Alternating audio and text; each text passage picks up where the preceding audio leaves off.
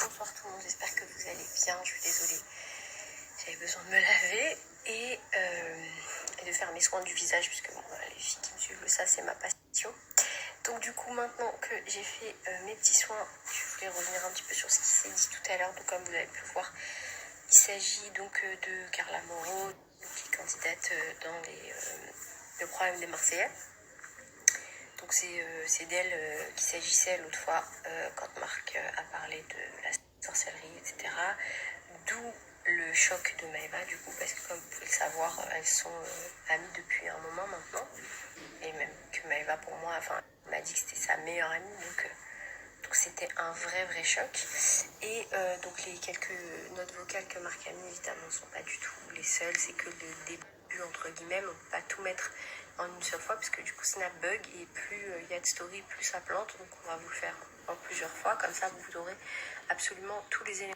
Donc moi je voulais revenir sur deux, trois petites choses. Il y a beaucoup de gens qui nous ont demandé exactement comment ça s'était passé et comment on a eu tous ces vocaux, enfin et tous ces éléments là. Parce que c'est vrai que ça peut intriguer en fait. Et en fait c'est un concours de circonstances. Donc Marc l'a à peu près tout à l'heure il en a parlé vite fait, mais en gros je vous explique. À la base, il y a Marc qui avait fait un crousty à l'époque sur IM, qui avait vu une voyante, etc.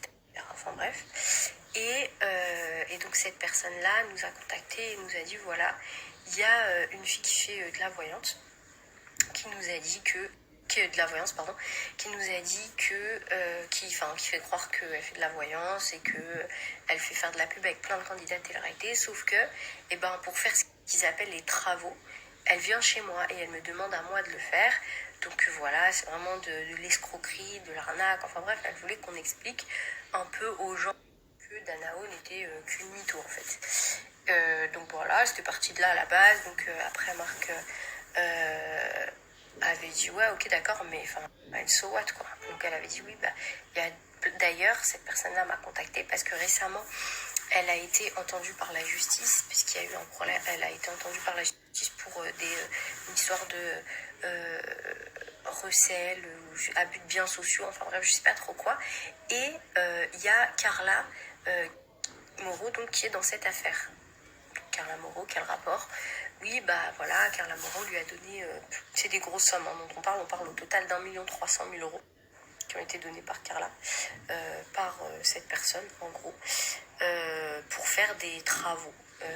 Voilà. Et ce qui s'est passé, c'est que en fait Carla, il faut savoir, elle connaissait Danae depuis le début. Ça veut dire qu'elle connaissait depuis avant la télé. Et avant, quand elle était entre guillemets anonyme, c'était pas un personnage public, elle allait la voir. Le succès, l'argent, enfin blablabla. Et en fait, un jour, elle a fait un casting, elle a été prise et elle a dû penser que c'était grâce à Danae. Donc, du coup, elle a continué à lui faire des travaux. Donc, elle voulait plus de succès. Ensuite, elle voulait écarter des rivales, comme telles que Maëva, telles que Manon, telles que Jessica. Elle voulait donc être plus mise en avant. Elle a fait des travaux, après Marc vous le dira de plus en plus, mais sur les gens de la production, sur les gens qui travaillent avec elle au sein de l'agence, et sur Kevin. Et après, bon, de toute façon, vous allez le voir. Mais en gros, voilà, c'était ça. En fait, elle était partie, elle s'était embarquée dans un truc où, du coup, comme elle s'est dit, je la connaissais d'avant, ça a fonctionné, ça a fonctionné tout le temps.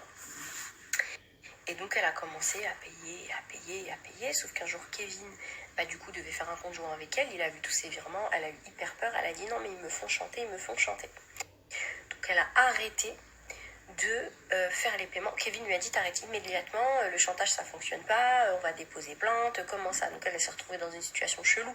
Parce que d'un côté t'as la voyante qui lui dit mais en fait on te raquette pas, en fait tu nous payes, donc je comprends pas en fait. Et donc la voyante là lui a dit, l'a menacée et elle lui a dit écoute, t'as encore des chèques en attente avec moi. Et donc j'ai les notes où elles se font on vous montrera de toute façon les messages où elle parle des chèques, dépose ce chèque aujourd'hui, pas maintenant, dis-lui à lui et tout. Donc si tu as encore des chèques en attente, de l'argent que tu me dois, moi je vais dire la vérité à Kevin, je vais lui montrer tous les travaux que tu as fait sur lui, si tu continues pas en fait, si tu n'honores pas les chèques que tu dois payer.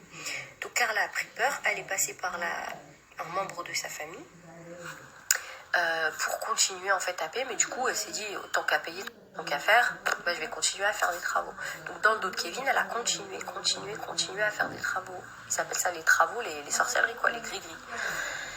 Et un jour, Dieu est arrivé, et que Dieu est arrivé, j'allais dire, Starfall a toujours été là, mais un jour, Dieu a décidé qu'elle allait se faire cramer parce qu'elle a eu un contrôle fiscal.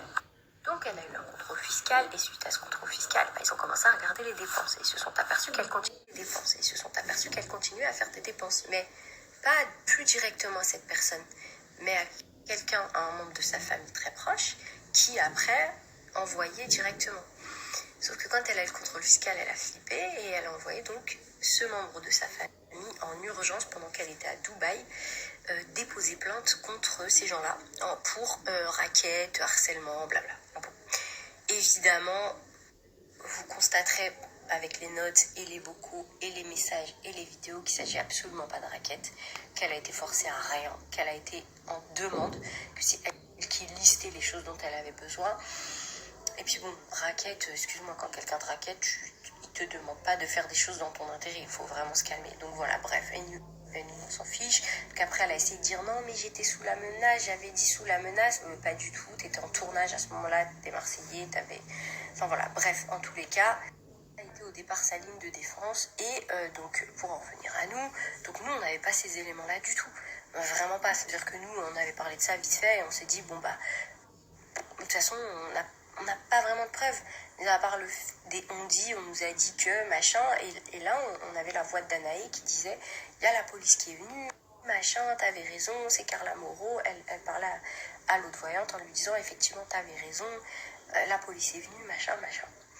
Et en fait, il s'est avéré que quelqu'un a réussi à avoir accès au téléphone de Danae directement, comme ça vous savez d'où vient le truc, qui a eu accès directement au téléphone de Danae et puis en ayant accès au téléphone de Danae, cette personne a retrouvé absolument toutes les conversations qu'elle a eues avec Carla et avec les autres candidats télé-réalité qu'elle a consultés et pour qui elle a fait des travaux. Résultat, la personne nous a tout envoyé. Elle nous a envoyé l'intégralité de ce qu'il y avait dans son téléphone, donc les photos, les vidéos. Elle a évidemment trié les trucs personnels, on ne les a pas. De sa vie à elle, on les a pas, on s'en fout. Mais on a évidemment tous les audios, les photos, les travaux qu'elle a fait, les vidéos. Parce qu'en fait, quand elle faisait des travaux, elle envoyait après les vidéos en disant voilà ce que j'ai fait, tiens, machin, et elle l'a fait pour plein de gens. Et du coup, on a les vidéos, on a tout. Et les notes vocales, les vocaux des candidats de télé-réalité, notamment Carla, qui a fait ça sur ses amis, et sur ses collaborateurs, et sur ses patrons, et sur les producteurs, etc. Donc Marc n'a pas posté encore tout ce qu'il y a. De toute façon, encore une fois, je l'ai dit hier, mais cette fois-ci, vous le verrez, c'est encore plus sans équivoque. Il y a bien sa voix à chaque fois. Et voilà, après, la deuxième chose sur laquelle je voulais revenir, et je vais terminer par là, c'est du coup Manon particulièrement, parce que Manon, et vous le savez, on ne se l'est pas caché, elle nous aimait pas et on l'aimait pas, on s'entendait pas avec eux, voilà, en fait on se connaissait pas, on se calculait pas, et c'est vrai que quand on a vu ça, on s'est dit putain, quand même c'est chaud.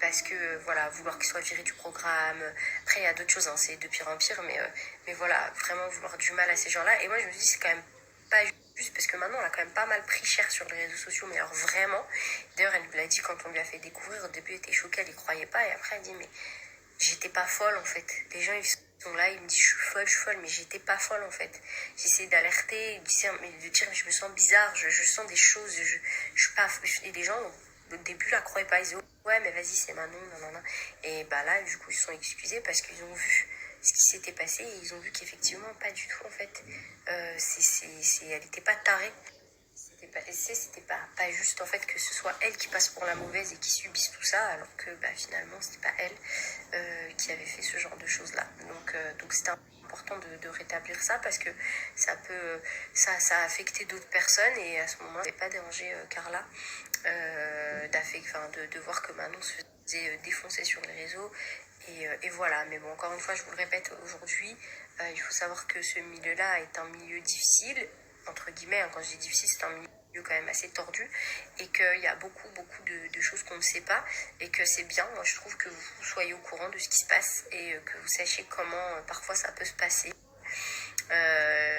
Voilà, donc c'est dur parce que c'est une amie, Maëva, c'était vraiment genre sa meilleure amie, elle s'était offert une rivière de diamants, Manon l'avait invité comme témoin à son mariage.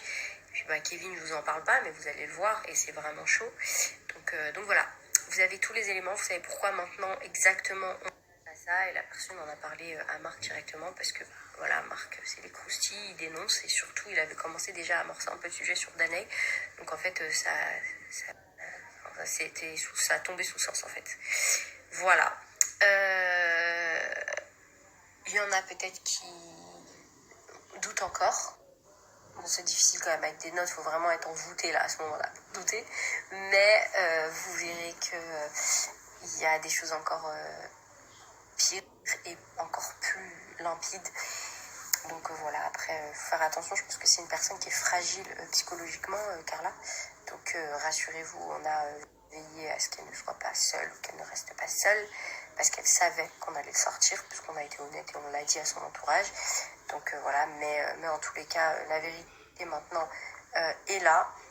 C'est ce qu'elle a fait, c'est très très grave, c'est vraiment méchant, parce que nous, on a l'intégralité du truc, et c'est vraiment horrible ce qu'elle a fait.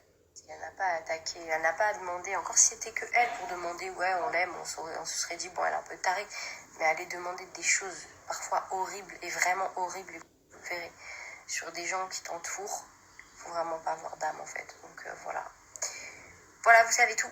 Maintenant, je vous dis à demain, je vais me reposer un petit peu et je vais... Ah ouais, croustille de fou, j'ai oublié de vous dire. Il y en a plein qui doivent se demander comment Maëva elle a réagi quand elle a su ça, quand elle a pleuré, elle était pas bien. Est-ce qu'elle en a parlé à Carla? Bien sûr que oui. Elle l'a appelée direct. Je vais vous raconter le croustille. En fait, elle l'a appelée, elle lui a dit écoute, je vais te poser une seule question. Est-ce que tu m'as fait une poupée vaudou? Carla lui dit mais jamais de la vie, mais ça va pas, jamais, qu'est-ce que tu me racontes? Elle lui dit écoute, et tu vas écouter, tu vas arrêter de parler. Et de là, elle lui met l'audio quand elle fait la poupée vaudou. Elle lui dit ah mais non, mais en fait, bon, au début elle faisait semblant de rien entendre, mais après elle a entendu. Non, j'allais te dire justement, on me menace et tout, on m'avait menacé, on m'a demandé de dire ça. Mais Maëva lui dit mais t'es folle, on t'a demandé de me faire une poupée vaudou à moi, mais quel rapport en fait? Non, en fait je t'explique, c'est eux qui me disaient de dire, c'est eux qui me disaient de dire. Sauf que Maëva, trop maligne, qu'est-ce qu'elle a dit? Bah écoute, on va aller regarder dans les messages, dans les photos, puisque j'ai des photos de toi depuis toujours, j'ai toujours les photos de tout le monde, les dates et tout. Et si effectivement ça correspond pas et que c'était des moments où tu étais avec eux, qu'ils étaient en train de te menacer, peut-être avec un pistolet sur la tempe ou quelque chose, eh ben d'accord, ok.